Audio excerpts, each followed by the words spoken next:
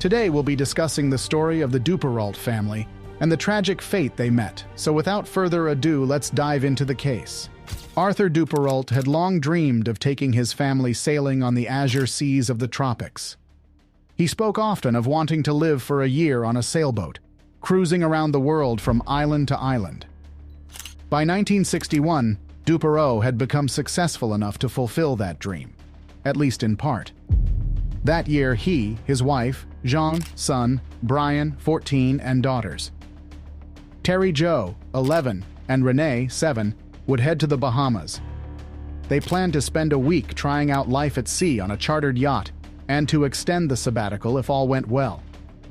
They arrived in Fort Lauderdale, Florida, where they had rented the Bluebell, a 2-masted sailboat, and hired Julian Harvey, a former Air Force fighter pilot and an experienced sailor, to captain the ship. Harvey's wife, Dean, would be joining the group on the cruise. On the morning of Wednesday, November 8, 1961, the Duperraults went aboard the Bluebell to begin their eagerly awaited voyage.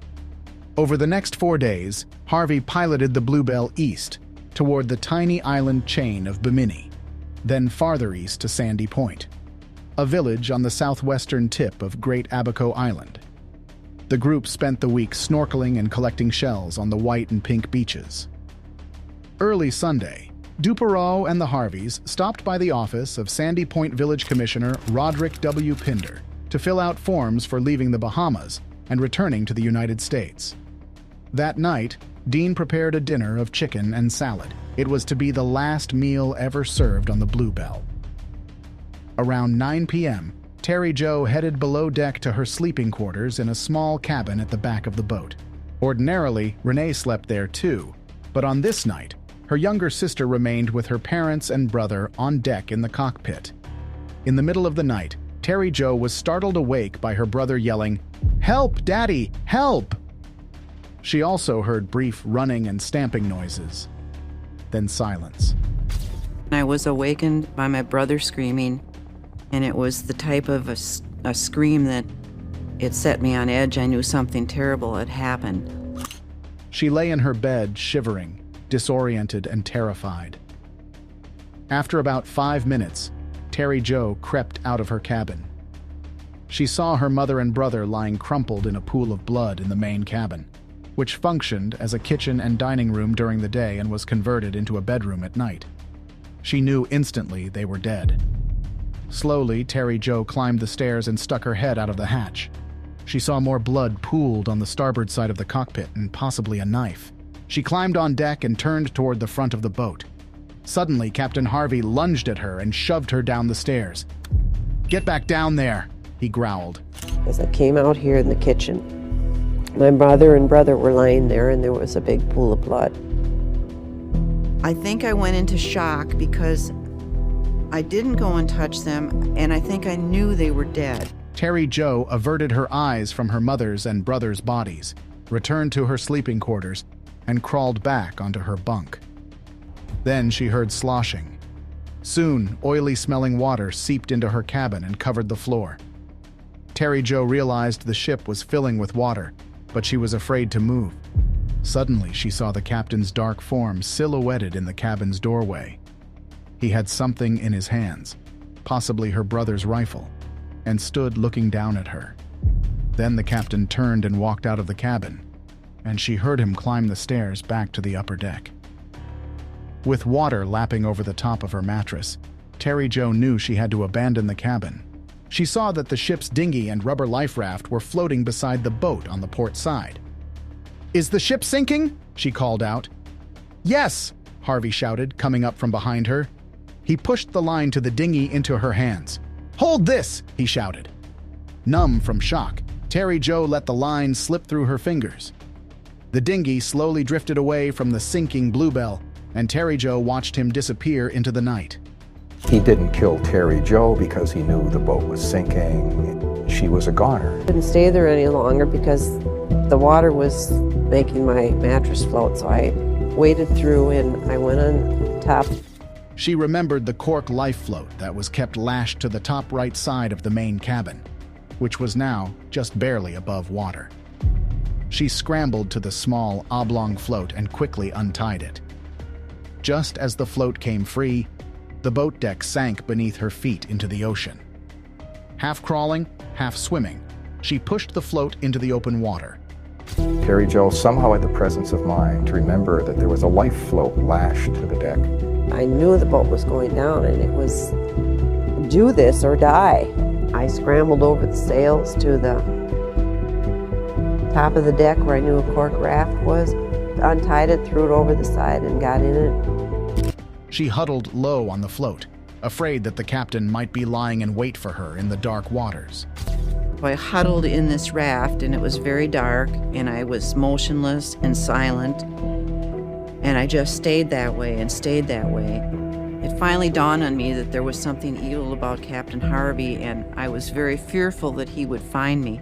She had no water, no food, and in her thin white blouse and pink pants, nothing to protect her from the chill of the night.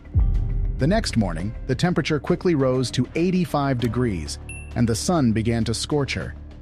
I had a dream that I could see the blue lights of an airport, the landing strip, and I could see that my parents were waiting for me at the end of the landing strip.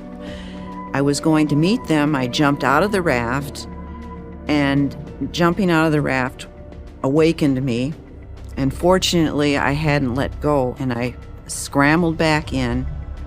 On Tuesday, a small red plane circled overhead. She watched it and waved at it for a long time with her blouse. At one point, it dived in her direction. She waved frantically, but the plane passed directly over her, close enough that she could see the details of its underside, but at an angle that made it impossible for the pilots to see her. Wave caps are white, and it was just impossible to see this little white oval thing bouncing around on the ocean surrounded by these white waves. There was a red search plane that came so close to me I could almost reach up and grab it. I took my blouse off and I waved it, thinking, and I was screaming and thinking that, I'm here, don't you see me? And it was very disheartening. The chances were slim that someone in a passing ship or plane would spot Terry Jo. Her white float and blouse and blonde hair made her look like just another whitecap among multitudes tumbling over the blue surface of the sea. All her muscles ached, and her lips were rough and swollen. For most of the time, Terry Jo had to balance rigidly on the edges of the unsteady float because much of its rope webbing had broken away. She fell unconscious, however, later she opened her eyes again. When she looked up, she saw heads and waving arms. She could faintly hear voices shouting. Finally, she was found.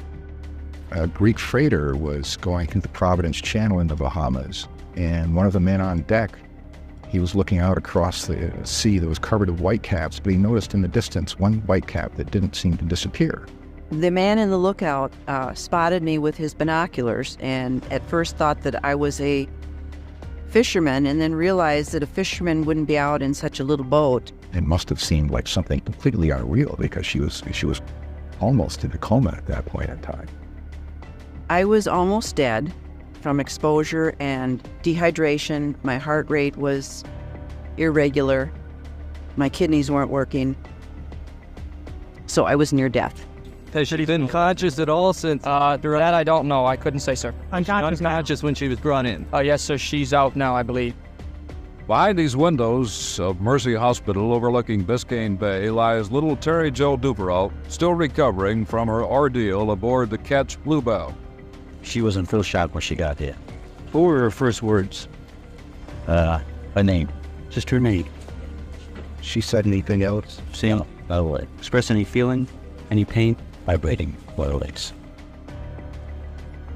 What's her condition? Serious, but I think she'll be all right. I think she'll live. When Julian Harvey was hired as skipper of the Bluebell, not a lot was known about his earlier life. The 44-year-old was a retired Air Force lieutenant colonel, married to Mary Dean Jordan, an aspiring writer and a former TWA flight attendant. The day after the Bluebell went down, the lookout on a Puerto Rico-bound oil tanker spotted a small wooden dinghy floating in the middle of the broad and deep Northwest Providence Channel. When the captain pulled the tanker closer, a man in the dinghy yelled, My name is Julian Harvey. I am the master of the Bluebell."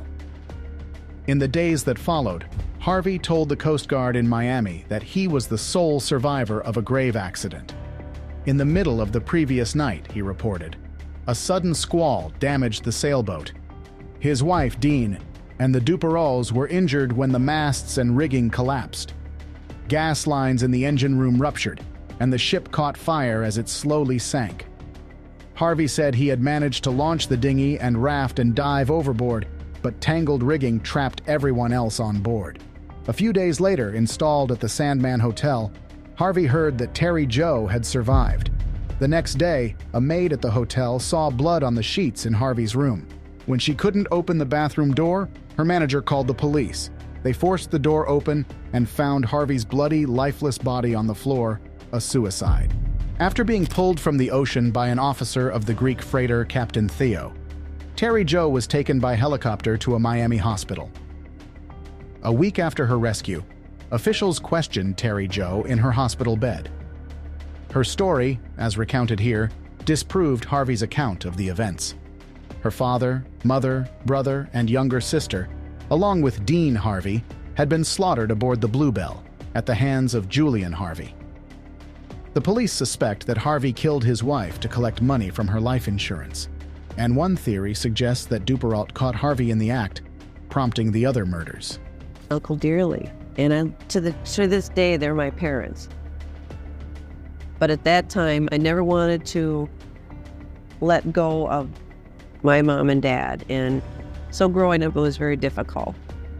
I didn't believe my father was dead because I had not seen him. I would just pick up and leave on a whim. So I would drive to like North Carolina Beach looking for my dad. I was always searching. I did that for many, many years until I was about 35, and I accepted it freely. I'll heard the testimony to the strength of the human will and the human spirit. It's a morality tale. It's a story of more than surviving. It's a story of the power of evil, but the refusal of the human spirit to be dominated by evil. If you're put in a situation that is challenging, you have to adapt to whatever the circumstances are and go with the flow. And I think that anybody that does this can survive. I'm so fortunate that I had my family. I hope that I can just continue to be healthy and happy and, have the wonderful love that I share with my family and friends. Terry Jo returned to Green Bay to live with her father's sister and 3 cousins. When she was 12, she changed her name to Tara. Nearly 50 years later, in 2010, Terry finally revealed the details of the night her family was killed and her days spent drifting in open water alone. What are your thoughts on this brave young lady who was not only able to survive the trauma of her family being murdered brutally, but also survived her days stranded alone in the sea with no food or water? Comment down your thoughts below and subscribe for more content like this.